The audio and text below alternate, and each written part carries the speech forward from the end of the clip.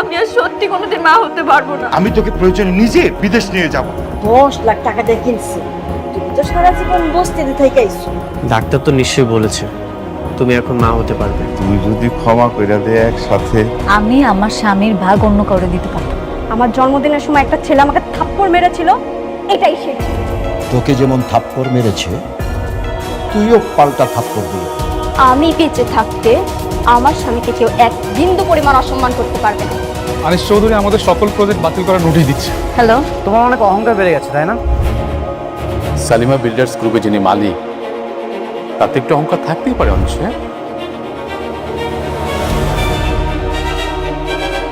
মালিক মেঘলা শালিমা বিল্ডার্সের মালিক?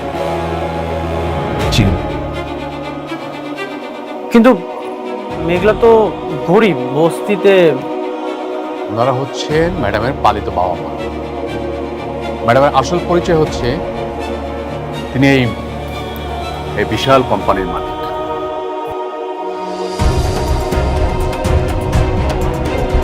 অনিক সাহেব, এতক্ষণ আপনার সাথে আমি সম্মান দিয়ে কথা বলেছি।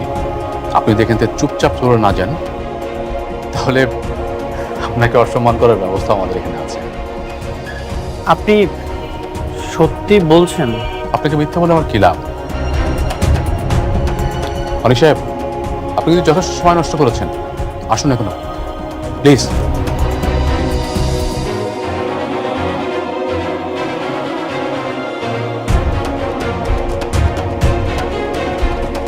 সো এখন দেখেন আপনারা কেমনে কি করবেন। আপনারা প্ল্যানিং করে আমার কাছে বাজেট নিয়ে আসেন, বাকিটা আমি দেখতেছি। ওকে ওকে, আপনি যেভাবে বলবেন আমরা সেভাবে কাজ চালিয়ে যাব। আচ্ছা, আপনাকে কি আর কোনো প্রশ্ন আছে? না না না, আপাতত নেই। আচ্ছা ঠিক আছে, তাহলে আজকে মিটিংটা আমরা এনে শেষ করি। কেন? আচ্ছা, থ্যাংক ইউ ম্যাডাম। আসসালামু আলাইকুম।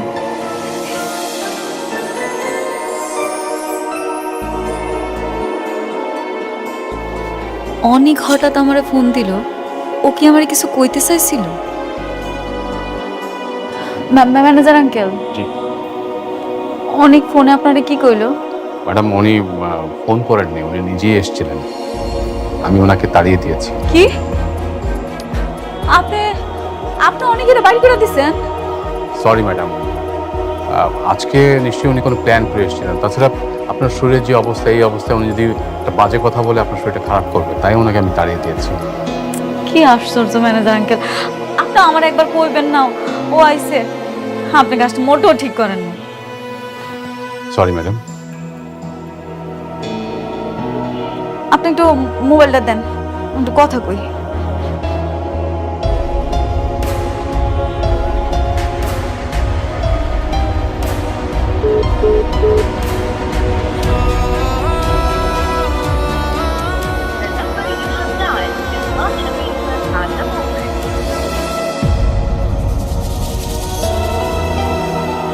আমার নাম্বারটা ব্লক করে দিছে।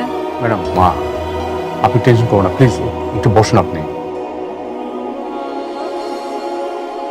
কিরে মা, তোর শরীরের অবস্থা কি? এই তো বাবা। ও আচ্ছা।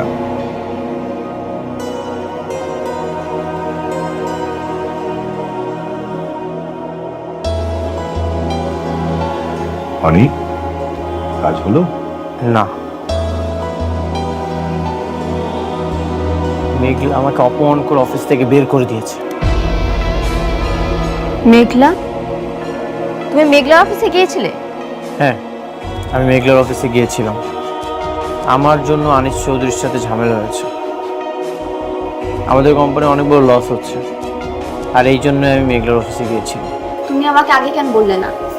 আমি জানলে কোনোদিনও তোমাকে যেতে দিতাম না। আমি তো জানি না যে সে অপমান করবে। আমিও জানতাম না মেঘলা আমাকে ভেবে অপমান করবে। অনেক আশা নিয়ে গিয়েছিলাম আমি, কিন্তু আমার সব আশা ভরসা চূর্ণ বিচূর্ণ করে দিয়েছে। তুমি তার সন্তানকে অস্বীকার করেছ, তাই হয়তো সে তোমাকে সহ্য করতে পারে। হতে পারে। আমি কোটিপতি থাকা অবস্থায় মেঘলাকে বিয়ে করেছিলাম, আর আজ মেঘলা কোটিপতি হয়ে আমাকে ভুলে গেল। কোটিপতি? মেঘলা কুটিপতি হলো কিভাবে? মেঘলা শালিমা বিল্ডার্সে কি করে? মেঘলা শালিমা বিল্ডার্সের মালিক।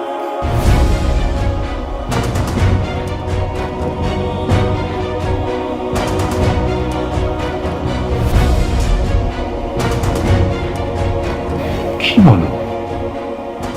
আমিও জানতাম না, আজই জানতে পারলাম। মেঘলার যে বাবা মা, সেটা হচ্ছে পালিত বাবা মা। মেঘলা অনেক কোটিপতির মেয়ে। হোক সে কোটিপতি, তাই বলে তোমাকে অপমান করবে? তোমার সম্মান রক্ষা করার জন্য আমি তাদের সাথে ঝামেলা করেছি, তোমাকে এক বিন্দু পরিমাণ অপমানিত হতে দেইনি। আর তুমি আজ নিজে নিজে গিয়ে অপমানিত হয়ে আসলে। আচ্ছা ঠিক আছে, যাবার হয়েছে, এখন এসব নিয়ে চিন্তা করে কোনো লাভ নেই মা। আমাদেরকে একটা নতুন কোনো পথ খুঁজে বের করতে হবে। তুমি কি করবে আমি জানি না বাবা। তোমার যদি এই সম্পত্তি নাও থাকে, দরকার হলে আমি আমার হাজবেন্ডকে নিয়ে রাস্তায় থাকবো, তবুও আমি ওর কোনো সম্মানহানি হতে দেব না।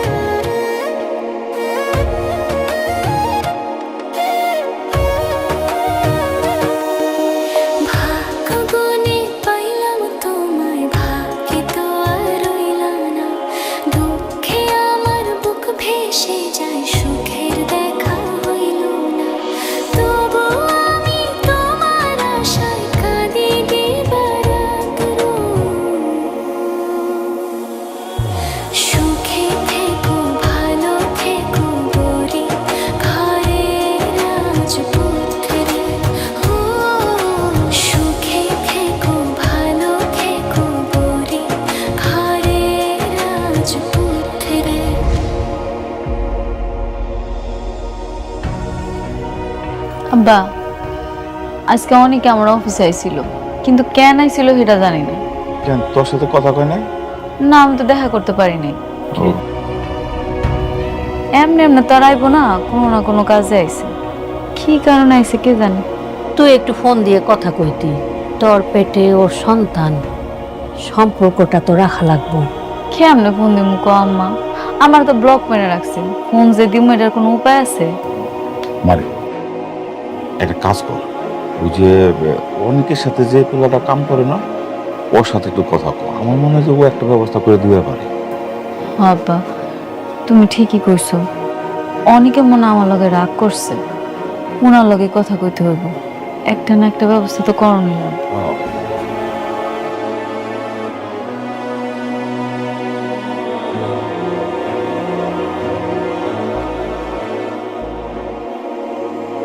এই স্ট্রাকচারটা পছন্দ হয়নি, এটা চেঞ্জ করতে হবে।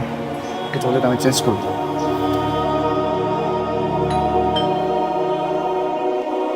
দেখো তো কে এসেছে।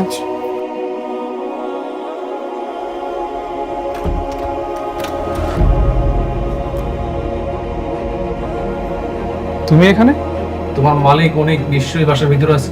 তার আগে বলো তুমি এখানে কি করছো? আছে, অনেক কাজ আছে, সেটা নয় বাসার ভিতরে গিয়ে বলি।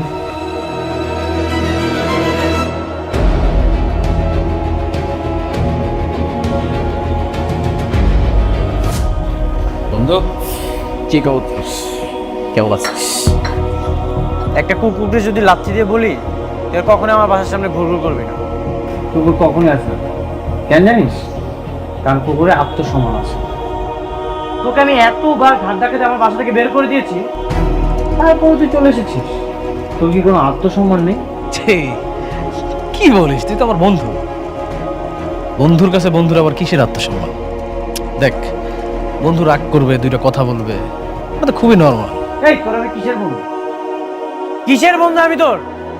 তোর মতো বন্ধু পৃথিবী যেন কারো না।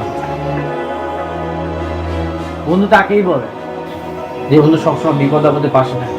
আর তুই আমার কেমন বন্ধু জানিস? তুই আমার কাঁধে হাত রেখে আমার সাথে বেইমানি করেছিস। এমন বন্ধু পৃথিবীর কারো না। কেন হবে না? আমার মতো বন্ধু না থাকলে তোকে অ্যাওয়ার্ড দিবে কে? অ্যাওয়ার্ড? কিসের অ্যাওয়ার্ড? অ্যাওয়ার্ড ফুটা কপাল অফ দ্য ইয়ার।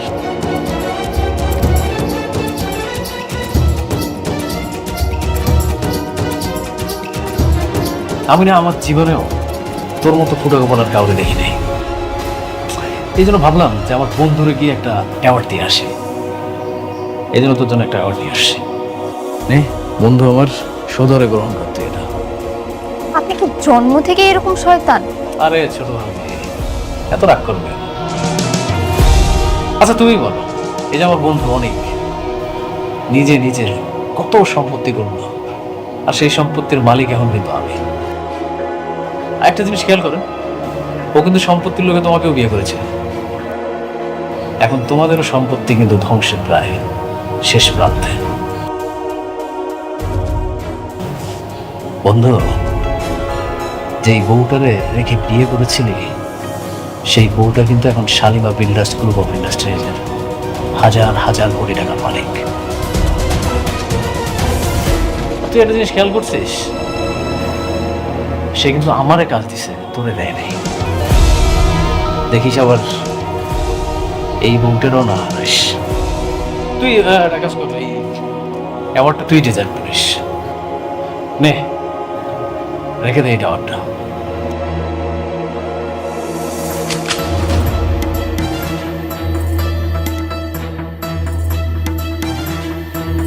অনেক ধৈর্য ধরেছি, আর একটা যদি কথা বলিস এক টিগারে তোর দম বন্ধ করে দিব।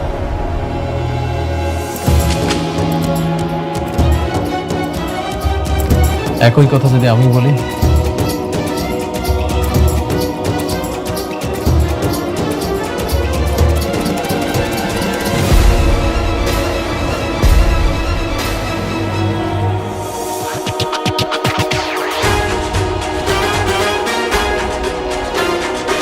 আরে গদ্দার, ও friend, I am just kidding. আমি জাস্ট মজা করলাম। তুই আমার বন্ধু না, আমি তোকে মারবো? বন্ধু হয়ে বন্ধুকে মারতে পারি?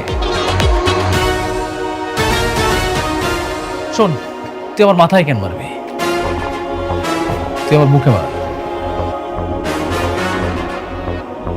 তোর পাপ অনেক বেড়ে গেছে। আমি চাইলেই তোকে এখন মেরে ফেলতে পারতাম, কিন্তু না, তোকে আমি এখন মারবো। তোকে যদি একবারই মেরে ফেলি তাহলে তোর মজাটা থাকবো না। তোকে আমি তিলে তিলে মারবো, আর এমন ভাবে মারবো তুই মৃত্যুর জন্য ছটফট করবি। আর তুই আমার কাছে এসে বলবি, অনেক বন্ধু বন্ধু তুই আমাকে মেরে ফেল, আমি আর বাঁচতে চাই না, তুই আমাকে মেরে ফেল, তুই আমাকে মেরে ফেল। সেই চিৎকার শোনার জন্য আমি অপেক্ষায় থাকলাম, আর সেই দিন আমার অনেক শান্তি লাগবে। তুই চিৎকার শুনবি? বন্ধু তুই আমাকে এখনই মার প্লিজ, আমার অনেক কষ্ট হচ্ছে, আমার অনেক কষ্ট হচ্ছে, তুই আমাকে মেরে ফেল।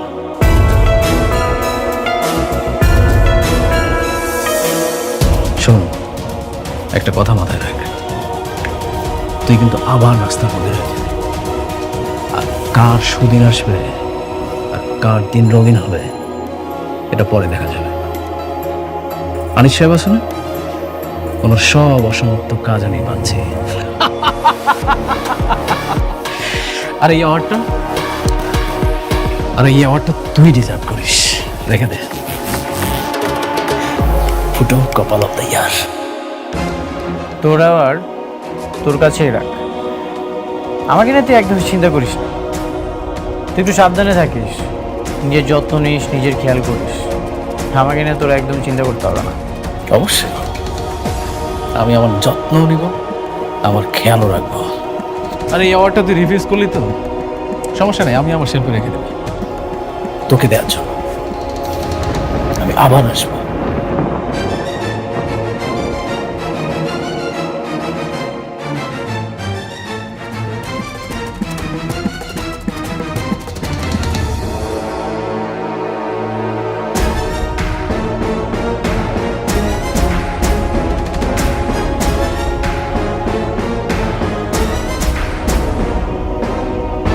এরকম একটা জঘন্য মানুষ তোমার বন্ধু ছিল, ভাবতে আমার লজ্জা করছে। চেহারা দেখলেই কি আর মানুষ চেনা যায় না? যদি আগেই জানতাম তাহলে তো এই পরিস্থিতিতে পড়তে হতো।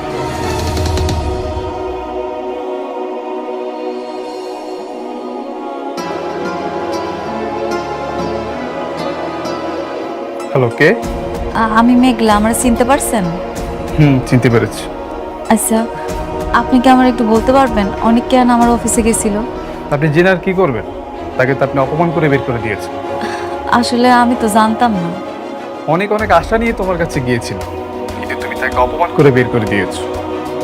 আশা তুমি আমাদের সাথে আছে নোয়াখালী থেকে আগত আমার বন্ধু জিহাদ আকবর, পিছনে আছে সহজ সরল সাইফুল ভাই, সামনে আছে হৃদয় ভাই, নয়ন ভাই, রায়হান, আর পিছনেও আছে আমাদের সে কন্টেন্ট ক্রিয়েটর ওয়াসির ভাই। এদের নিয়ে আমাদের হচ্ছে যে আজকের গন্তব্যযাত্রা শুরু। নাইস। জালাল সাহেব ভালো।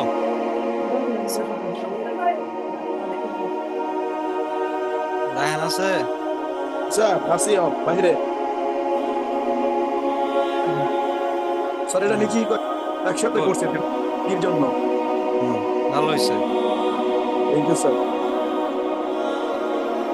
ও কি মানে বার্গারের কি ফুটবলের মতো সরাই দিয়ে যাইতেছে নাকি? স্যার পারি নাই স্যার, এটা হেল্প নিয়েছিলাম আমি ইউটিউব থেকে, হয় নাই স্যার। এইটা সুন্দর, এই ডিজাইন আপনি আগে আপলোড করছিলেন। জি স্যার, এর জন্য এটা আজকে। সাব্বাস। জি স্যার। এটা আপনি করছেন? 100% স্যার। না। জি স্যার। শিওর? Over sure. অবশ্যই, ঠিক আছে, ভালো হয়েছে, সুন্দর। স্পেশালি কালারটা খুবই দারুণ কালার। এটা আমি সাপোর্ট নিয়ে করেছি স্যার, কোনো ভিডিও থেকে না। ওকে রায়হান, ভালো হয়েছে আজকের কাজ, থ্যাংক ইউ। G sir. সাহেব? জি স্যার। নাইস।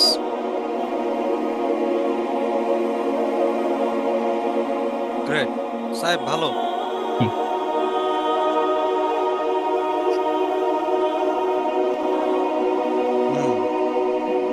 এটা কি এই দিয়ে জেনারেট করছেন পুরোটা? না না, এটা একটা ছবি নিচে রাউন্ড অ্যাবাউট আর একটা পিকে ছবি নিচে বসেছি কালার জাস্ট করছি।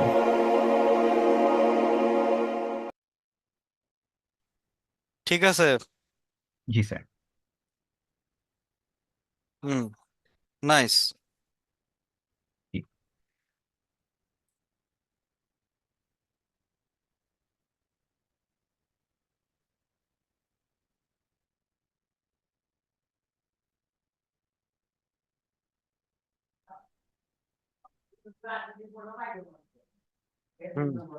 সুন্দর। ও নাইস, গুড কম্পোজিশন। এই জায়গায় ব্রাশটা হয়নি, হ্যাঁ? এই যে এই সাবজেক্টের দেখা যাচ্ছে, এটা এটা এটা পুরোটা ব্ল্যান্ড হয়ে যাবে, বুঝাইতে পারলাম? এটাকে রাস্টারাইজ করার পরে এটাকে মাস্কিং করে এই ব্রাশটা আরো স্মুথ হবে, হ্যাঁ? জি আচ্ছা। ঠিক আছে, হ্যাঁ, সুন্দর, ওভারঅল মিনিমালের মধ্যে ভালো।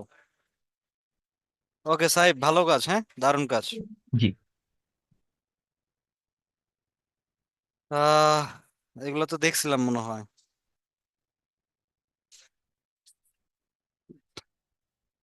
আচ্ছা, হ্যাঁ, ওকে, আল্লাহ হাফেজ। আরিফ,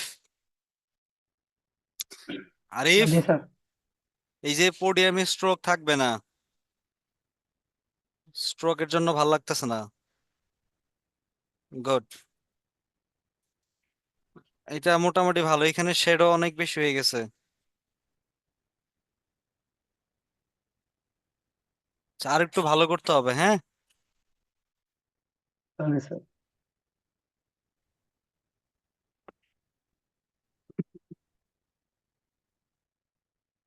আচ্ছা শুনেন, এখন আগের তুলনায় আজকের কাজগুলা বেশ ভালো, মোটামুটি ইমপ্রুভ হয়েছে, হ্যাঁ? এখন কি মনে হচ্ছে? স্যার এত কিছু কইরা মোটামুটি কাজ স্যার। হ্যাঁ, আরো অনেক করতে হবে, আরো অনেক প্র্যাকটিস করতে হবে, অনেক প্র্যাকটিস করতে হবে। যাই হোক, সবার কি মনে হচ্ছে বা কেমন লাগলো? প্র্যাকটিস বাড়াইতে হবে স্যার। আর বাকিদের কি কোনো ওপিনিয়ন নাই? এবারে যে কাজগুলো করছে সেগুলো ট্রাই করার ইচ্ছা আছে। বুঝি না আপু। বললাম সাইড ভাই যে কাজগুলো করছে সেগুলো ট্রাই করার ইচ্ছা আছে। হ্যাঁ করেন, ইউটিউবে ওরকম টিউটোরিয়াল আছে, চেষ্টা করেন, হয়ে যাবে ইনশাল্লাহ। হ্যাঁ